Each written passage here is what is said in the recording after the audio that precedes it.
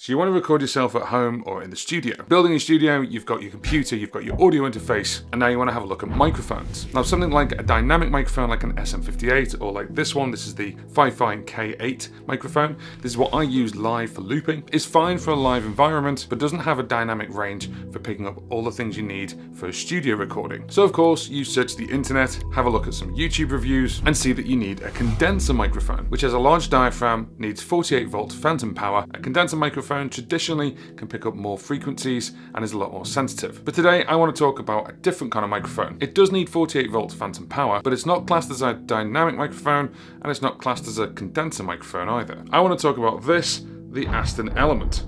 Now, it's no surprise to anyone that I like Aston microphones. I've had the Aston Stealth for over 2 years, and it won Microphone of the Year at NAMM 2020. But the Element is a different thing. They call it the People's Microphone. And the reason they call it this is because it had over 18 months worth of development and 3 months worth of blind testing with over 4,000 people. And I was one of those people. As many people did, I got the email to take part in blind testing with Aston, so I took part. And the result is this microphone. Now, it's been out for a little while, but I've only just got my hands on one, and I'm really interested to hear this unique looking microphone and what it sounds like raw but also processed. Now I want you to know straight away, I bought this with my own money. Aston have not sent me this because I wanted one, to be quite honest, and I've been really curious about what it's like. So with that being said, let's go back a page and let's have a look what's in the box.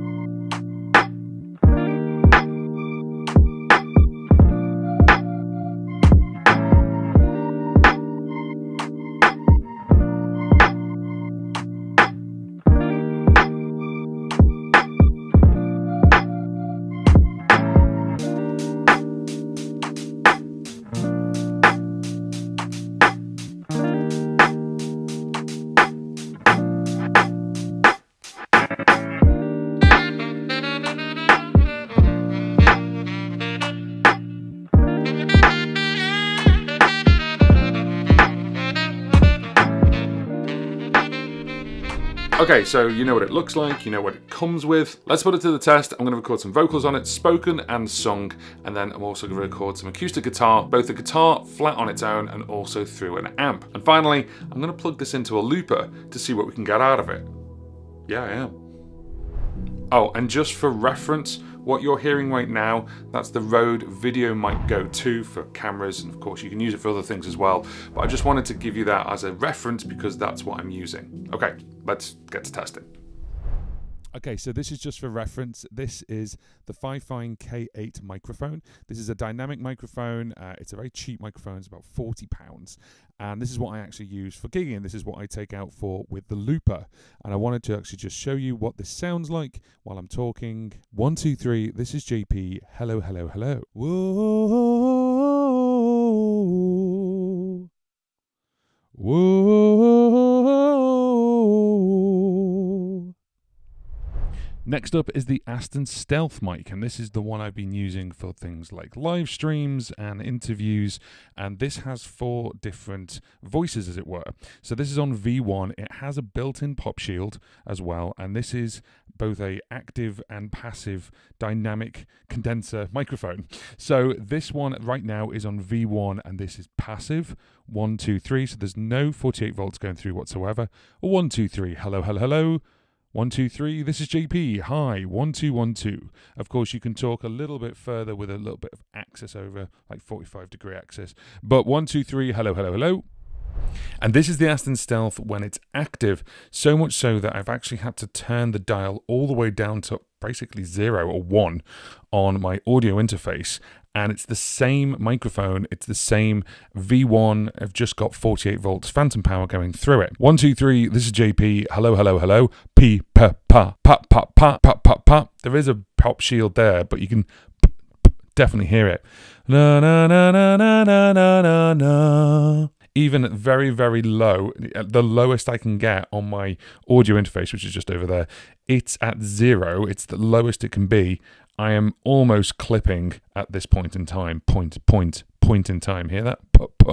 So I would probably put another pop shield on top of this, and then maybe just to be a little bit further back. You don't have to be all over it. You can hear that's distorted.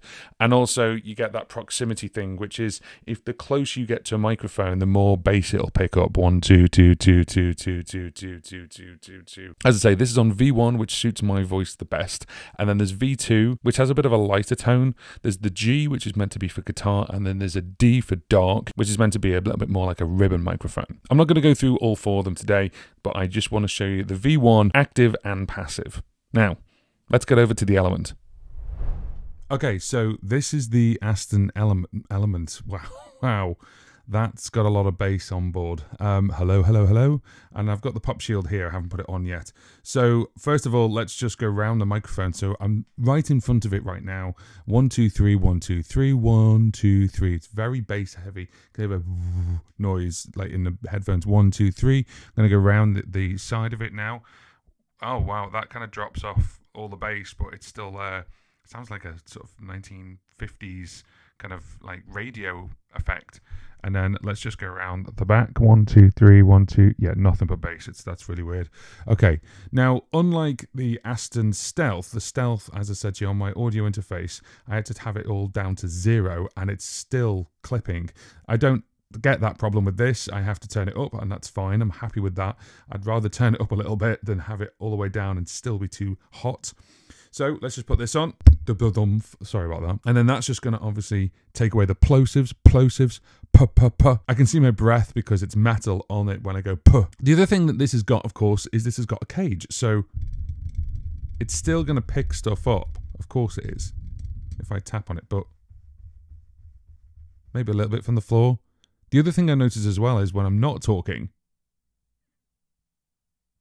it's incredibly quiet. It's really quiet. There is a little bit of noise from the bottom shelf of the Aston Stealth. There's nothing.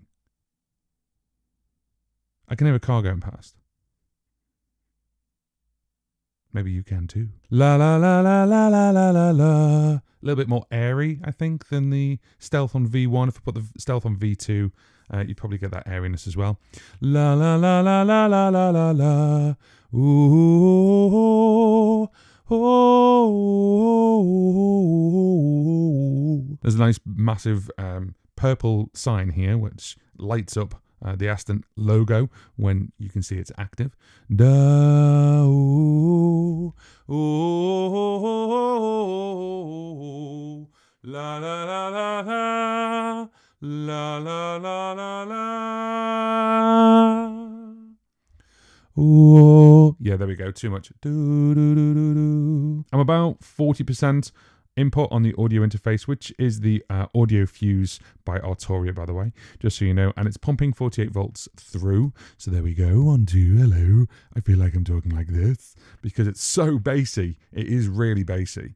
Anyway, let's do some ABC versions of this. 1, 2, 3, this is JP. Hello, hello, hello. 1, 2, 3, this is JP. Hello, hello, hello. Hello, 1, 2, 3, this is JP. Whoa. Na na na na na na na na na. La la la la la la la la la.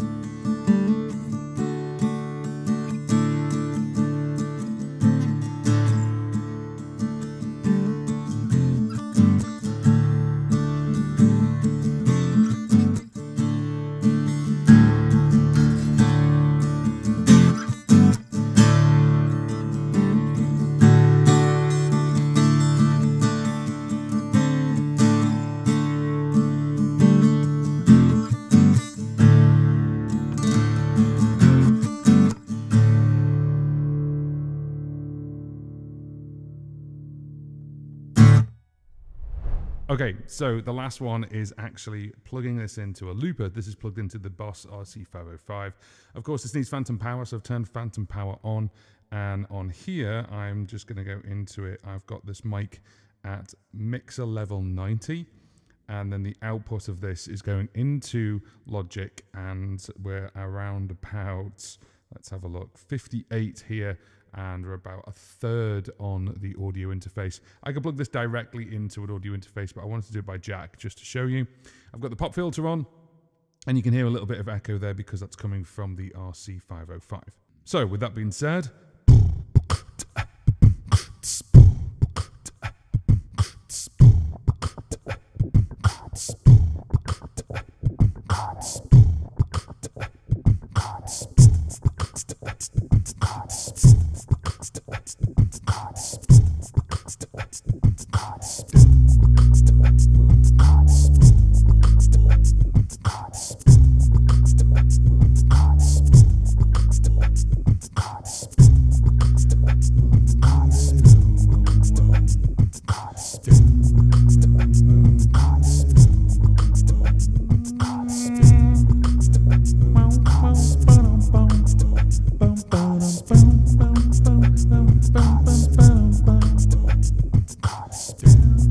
and the sun comes down, you can feel it in my love. When the sun comes down, you can feel it in my love. When the sun comes down, you can feel it in my love. When the sun comes down, you can feel it in my love. When the sun comes down, you can feel it in my love. When the sun comes down, you can feel it in my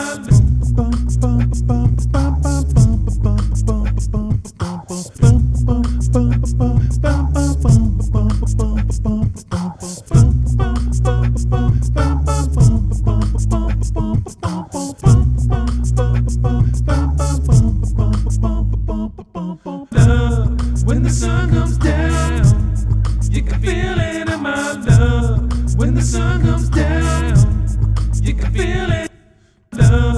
when the sun comes down. You can feel it in my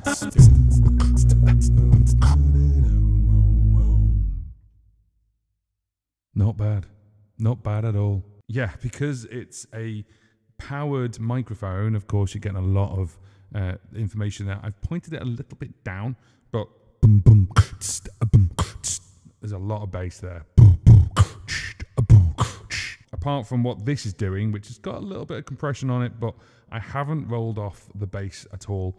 Okay, so on the RC505, there is no EQ whatsoever. What I'm going to do is I'm going to turn the EQ on for this microphone, and then I'm just going to go to the low cut, and I'm just going to change it. So right now I'm pointing straight at the microphone, and we're at 20 hertz. This is where 20 hertz cutoff. This is 25 hertz cutoff, 1, 2, 1, 2. And then we're going to go 40 hertz cutoff. This is 40 hertz cutoff, 1, 2, 1, 2. Let's go to 80 hertz cutoff. So this is now 80 hertz cutoff. I'm starting to hear the difference now, like properly, what. Let's go to 100 hertz cutoff. So that's 100 hertz cutoff, 1, 2, 1, 2, 1, 2, and a 125 cutoff. So there we go. That's kind of between the 80 to 125. There we go. That's kind of a maybe 80 to 100 really. However, saying all of that, you may want to actually keep that on a looper because you might want that boom, boom. So if I bring in something low, like a kick drum noise, like a beatboxy kick drum noise, boom, boom, and I'll turn it off. That's 125. So 125, off. You can hear the difference.